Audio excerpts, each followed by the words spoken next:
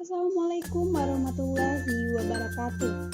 Jumpa lagi dengan kami, kelompok 5, mata kuliah Koperasi dan Kelembagaan Agribisnis yang beranggotakan saya, Octavia Pratwi dengan NIM D1B0181066 dan rekan saya, Melisa Herlina Putri dengan NIM D1B01808 dengan dosen penampu Dr. Insinyur Irah Wahyuni Magister Pertanian.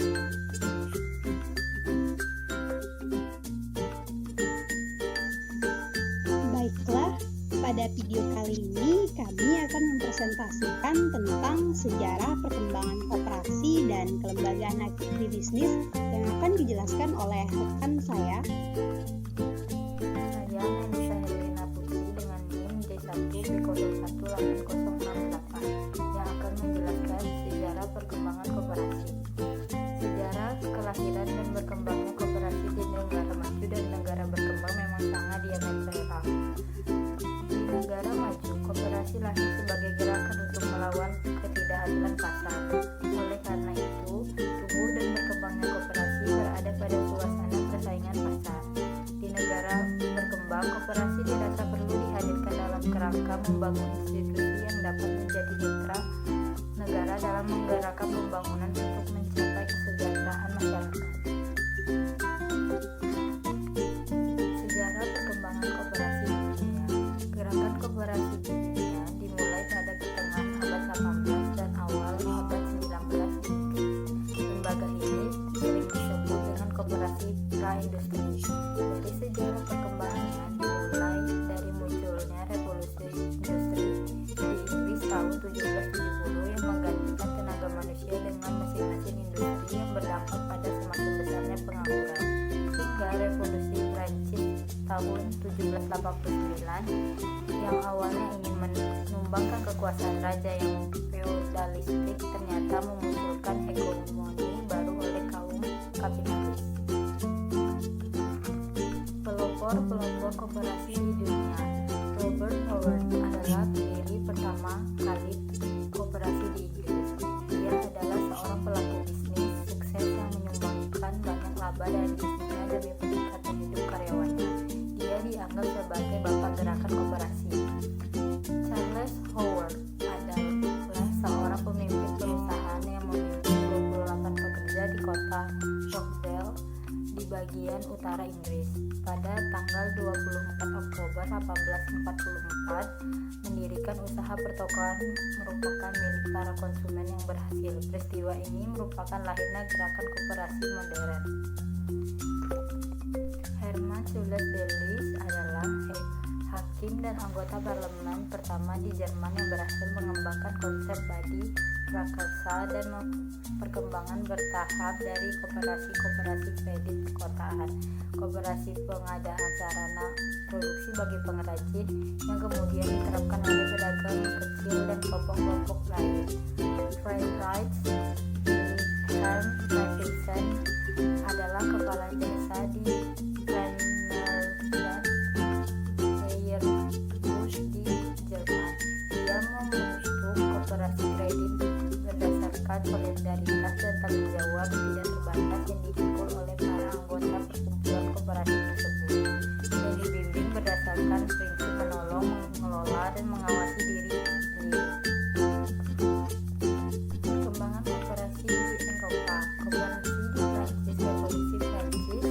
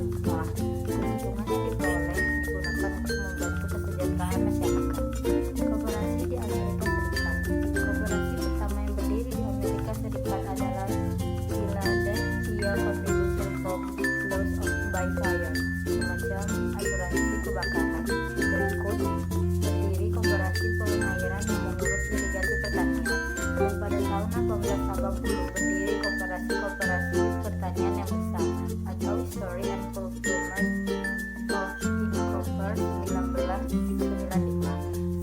Sementara itu di Amerika Serikat selama bertahun-tahun juga telah berkembang perkumpulan pinjam yang dikenal dengan nama Credit Union. Baiklah, saya Octavia Pratiwi dengan NIM D1B0180666 akan menjelaskan tentang perkembangan koperasi di Indonesia.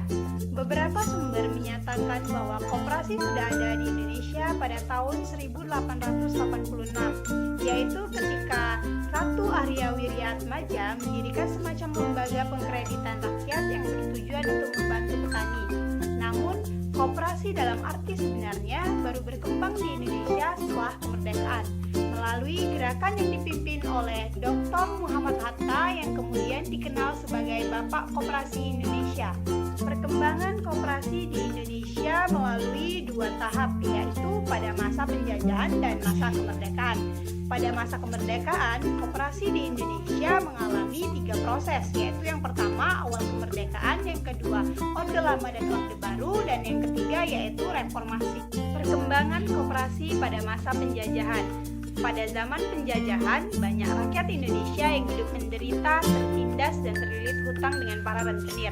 Karena hal tersebut, pada tahun 1896, Rati Purwokerto yang bernama R. Arya Wiryaatmaja mendirikan koperasi kredit untuk membantu para rakyat yang terlilit hutang. Lalu, pada tahun 1908, perkembangan Budi Utomo memperbaiki kesejahteraan rakyat melalui koperasi dan pendidikan dengan mendirikan koperasi rumah tangga yang dipelopori oleh Dr. Sutomo dan Gunawan Mangunkusumo. Namun, pelaksanaan baik koperasi yang dibentuk oleh Budi Utomo maupun MDI tidak dapat berkembang dan mengalami kegagalan. Hal ini karena lemahnya pengetahuan pengkoperasian, pengamalan berusaha, kejujuran, dan kurangnya penelitian tentang bentuk koperasi yang cocok diterapkan di Indonesia. Pada tahun 1915, Belanda membuat undang-undang yang disebut dengan Verordening of the Corporation with the Region, yaitu undang-undang tentang perkumpulan koperasi yang berlaku untuk segala bangsa. Dengan itu, Belanda memecah belah persatuan dan kesatuan rakyat Indonesia pada semua bidang termasuk pengkoperasian. Pada tahun 1927, di Indonesia sudah mengeluarkan Undang-Undang Nomor 23 tentang peraturan-peraturan koperasi. Namun, pemerintahan Belanda tidak mencabut undang-undang tersebut sehingga terjadi dualisme dalam bidang pembinaan koperasi di Indonesia. Meski kondisi undang-undang di Indonesia demikian, pergerakan dan upaya bangsa Indonesia untuk melepaskan diri dari kesulitan ekonomi tidak pernah berhenti. Pada tahun 1929, Partai Nasional Indonesia atau yang disebut dengan PNI di bawah pimpinan Insinyur Soekarno mengobarkan semangat perkoperasian kepada kalangan pemuda. Pada periode ini sudah terdaftar 43 koperasi di Indonesia. Selanjutnya, pada tahun 1930 dibentuk bagian urusan koperasi pada Kementerian Dalam Negeri, di mana tokoh yang dikenal pada masa itu yaitu R.M. Margono Dojo Hadikusumo. Selanjutnya, pada tahun 1939 dibentuk Jabatan Koperasi dan Perdagangan Dalam Negeri oleh pemerintah. Dan pada tahun 1940 di Indonesia sudah sekitar 656 koperasi sebanyak 574 pengkoperasian koperasi kredit yang bergerak di pedesaan maupun perkotaan. Setelah itu, pada tahun 1942, pada masa kependudukan ke Jepang, keadaan pengkoperasian Indonesia mengalami kerugian yang besar bagi pertumbuhan koperasi di Indonesia. Hal ini disebabkan pemerintahan Jepang menggantikan dengan Kuming, koperasi model Jepang, yang hanya merupakan alat mereka untuk mengumpulkan hasil bumi dan barang-barang kebutuhan Jepang. Selanjutnya, perkembangan koperasi pada masa kemerdekaan. Perkembangan koperasi pada masa kemerdekaan ini dimulai pada awal kemerdekaan. Pada awal kemerdekaan itu, kondisi ekonomi Indonesia sedang sulit, namun gagasan pemerintah untuk memajukan beberapa koperasi ditanggapi secara positif oleh rakyat. Hal ini disebabkan oleh gagasan pokok yang ditawarkan oleh koperasi tersebut sesuai dengan kondisi sosial budaya Indonesia. kehidupan yang suka tolong-menolong serta bergotong royong. Di beberapa daerah koperasi tumbuh dengan baik. Himbauan Wakil Presiden untuk membangun ekonomi rakyat melalui koperasi diikuti dengan semangat juang yang tinggi dan rasa percaya diri yang kuat. Kemudian, perkembangan koperasi terjanggal oleh kondisi politik yang kurang menguntungkan. Koperasi-koperasi yang berkembang pada saat itu menjadi rebutan bagi setiap partai untuk mengembangkan sayap politiknya. Akhirnya, uang anggota koperasi tak dapat dipertanggungjawabkan. Perjuangan koperasi tidak lagi murni untuk kepentingan ekonomi rakyat, melainkan bercampur dengan muatan politik atau kepentingan partai, sehingga koperasi yang tumbuh mulai mengalami kehancuran dan kehilangan kepercayaan dari rakyat. Selanjutnya yaitu perkembangan koperasi pada masa Orde Lama dan Orde Baru. Koperasi yang sudah kehilangan kepercayaan dari rakyat selama Orde Lama tersebut dibangkitkan kembali oleh pemerintahan Orde Baru. Semasa Orde Baru ini pula dibentuk Departemen Koperasi yang dipimpin oleh seorang menteri koperasi yang memiliki jajaran sampai ke tingkat kabupaten. Semasa era ini, koperasi digerakkan melalui bantuan program terpadu dengan berbagai bentuk koperasi diikutkan dalam program intensifikasi pada sawah, yaitu dengan memberi peluang untuk penyaluran pupuk, penyaluran kredit pertanian atau KUT, canduk gula, dan lain-lain. Di samping diikutkan dalam program pengadaan beras nasional, demikian gencarnya usaha pemerintah dalam usaha memajukan koperasi di era tersebut. Akhirnya pihak pemerintah malah menjadi terjebak karena terlalu tingginya campur tangan pemerintah terhadap koperasi. KUD yang merupakan organisasi koperasi milik rakyat perdesaan seakan-akan berubah menjadi jajaran terbawah dari Departemen Koperasi. Yang terakhir yaitu perkembangan koperasi pada masa reformasi. Era reformasi ini dimulai pada masa pemerintahan B.J. Habibie menjadi presiden pada tahun 1998. Di masa pemerintahan B.J. Habibie ini, koperasi mendapat kucuran dana dari pemerintah. Dana tersebut disalurkan dengan berbagai bentuk proyek seperti penyaluran KUT, pembelian beras, pengembangan pesantren, dan lainnya. Seiring dengan pemberian banyak peluang kepada koperasi dalam berbisnis tersebut, Adi Sasono melakukan deregulasi besar-besaran, diantaranya mencabut Kepres nomor 10 tahun 1984 yang menyatakan bahwa KUD adalah satu-satunya koperasi di tingkat desa. Akibatnya, koperasi muncul bagaikan cendawan tumbuh di musim hujan. Namun, pada masa pemerintahan B.J. Habibie hanya berlangsung 1 tahun hingga program-program yang telah disusun oleh Adi Sasono kandas di tengah jalan. Koperasi muncul dengan macam-macam sisi dan tidak semuanya murni untuk memperjuangkan ekonomi rakyat. Untuk itu, belakangan ini muncul koperasi, beberapa sebutan untuk koperasi, yaitu koperasi sejati, koperasi norpati, dan koperasi pedati.